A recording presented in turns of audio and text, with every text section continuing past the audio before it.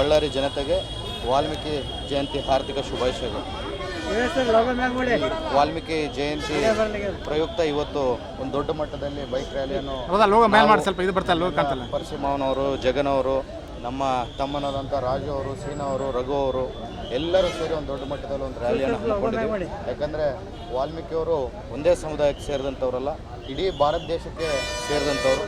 ನಮ್ಮ ರಾಮಾಯಣ ಸೃಷ್ಟಿಕರ್ತ ಪರಿಕಲ್ಪನೆಯನ್ನು ಮಾಡಿಕೊಂಡು ರಾಮಾಯಣ ಯಾವ ರೀತಿಯಲ್ಲಿ ನಡೆಯುತ್ತೆ ಅಂತೇಳಿ ಆ ಸೀತಾದೇವಿ ಆಶೀರ್ವಾದದಿಂದ ಸೀತಾದೇವಿ ಅವರು ಆಶ್ರಯದಲ್ಲಿದ್ದಾಗ, ಅವರು ಆಶ್ರಮದಲ್ಲಿದ್ದಾಗ ಅವರು ಪರಿಕಲ್ಪನೆ ಮಾಡ್ಕೊಂಡು ಯಾವ ರೀತಿಯಲ್ಲಿ ರಾಮಾಯಣ ನಡೆದಿದೆ ಅಂತೇಳಿ ಆ ಭವ್ಯ ಸ್ವರೂಪಿ ರಾಮನ ಬಗ್ಗೆ ನಮಗೆಲ್ಲ ತಿಳಿಸ್ಕೊಟ್ಟಂಥ ವಾಲ್ಮೀಕಿಯವರು ಇತಿಹಾಸ ನಾವೆಲ್ಲ ತಿಳ್ಕೊಬೇಕು. ಯಾವ ರೀತಿಯಲ್ಲಿ ಅವರು ಒಂದು ಕಾಡಿಂದ ಬಂದು ಒಂದು ಪರಿಕಲ್ಪನೆ ತಮ್ಮನ್ನು ತಾವು ಬದಲಿಸಿಕೊಂಡು ಒಂದು ದೊಡ್ಡ ಕವಿಯಾಗಿ ಯಾವ ರೀತಿಯಲ್ಲಿ ಪರಿಕಲ್ಪನೆ ಆದರೂ ಅವ್ರು ಅಂತೇಳಿ ನಾವೆಲ್ಲ ತಿಳ್ಕೊಬೇಕು. ಅದೇ ರೀತಿಯಲ್ಲಿ ಅವ್ರನ್ನ ಸ್ಫೂರ್ತಿಯಾಗಿ ತಗೊಂಡು ನಾವೇನೇ ಹಿಂದಕ್ಕೆ ಕೆಟ್ಟದ್ದು ಮಾಡಿದರೂ ನಾಳೆಯಿಂದ ಇವತ್ತಿಂದನೇ ನಾವು ಬದಲಾವಣೆ ಮಾಡ್ಕೋಬೇಕಂತೇಳಿ ನಮ್ಮ ಮನಸ್ಸನ್ನು ಸ್ವಚ್ಛವಾಗಿ ಇಟ್ಕೋಬೇಕಂತೇಳಿ ನಾನು ಹೇಳಿ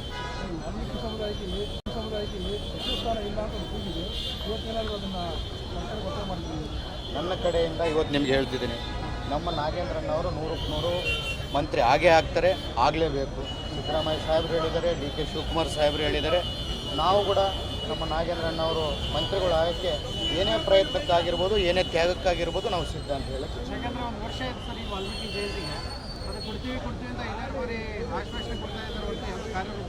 ನಮ್ಮ ನಾಗೇಂದ್ರಣ್ಣವ್ರಿಗೆ ಬಳ್ಳಾರಿ ಜಿಲ್ಲೆಯಲ್ಲಿ ನಾಗೇಂದ್ರಣ್ಣವ್ರು ಮಂತ್ರಿ ಆಗೋದು ಖಚಿತ. ಅವ್ರು ಮಂತ್ರಿ ಆಗಲೇಬೇಕು. ಅವ್ರು ಮಂತ್ರಿ ಆಗೋಕ್ಕೆ ನಾವು ಎಷ್ಟು ಶ್ರಮ ಪಡ್ಬೇಕಂದ್ರೂ ನಾನು, ಗಣೇಶ್ ಅಣ್ಣವರು ಎಷ್ಟೇ ಶ್ರಮ ಹಾಕ್ಬೇಕಂದ್ರೆ ನಾವು ಸಿದ್ಧ. ಅದಕ್ಕೇನು ತ್ಯಾಗ ಮಾಡ್ಬೇಕಂದ್ರೂ ನಾಗೇಂದ್ರಣ್ಣವ್ರು ಇಂಥ ದಿನ ಇಂಥ ಕೆಲಸ ನೀವು ಮಾಡ್ಬೇಕಂದ್ರೂ ನಾವು ಯಾವತ್ತೂ ಸಿದ್ಧ. ಅವ್ರನ್ನ ಮಂತ್ರಿಯಾಗೇ ನಾವು ನೋಡ್ಕೋಬೇಕು. ಮೊನ್ನೆ ಜಮೀರಣ್ಣ ಬಂದಾಗ ಕೂಡ ಅದೇ ಮಾತಂದರು, KDP ನಾನು ಇಷ್ಟು ದಿನ ಯಾಕೆ ಮಾಡಿಲ್ಲ ಅಂತಂದರೆ ನಿಮ್ಮ ಅಣ್ಣ ಮಂತ್ರಿ ಆಗ್ತಾರೆ, ಅವರೇ KDP ನಡೆಸಲಿ ಅಂತೇಳಿ ನಾನು ಮಾಡಲಿಲ್ಲ ಅಂತಂದರು. ಮೊನ್ನೆ ಇನ್ನು ಅನಿವಾರ್ಯ ಕಾರಣಗಳಿಂದ ಭಾಳ ದಿನದಿಂದ KDP ನಡೆಯಲಿಲ್ಲ ಅಂತೇಳಿ ಜಮೀರಣ್ಣ ಅವ್ರು ನಡೆಸಿದ್ರು.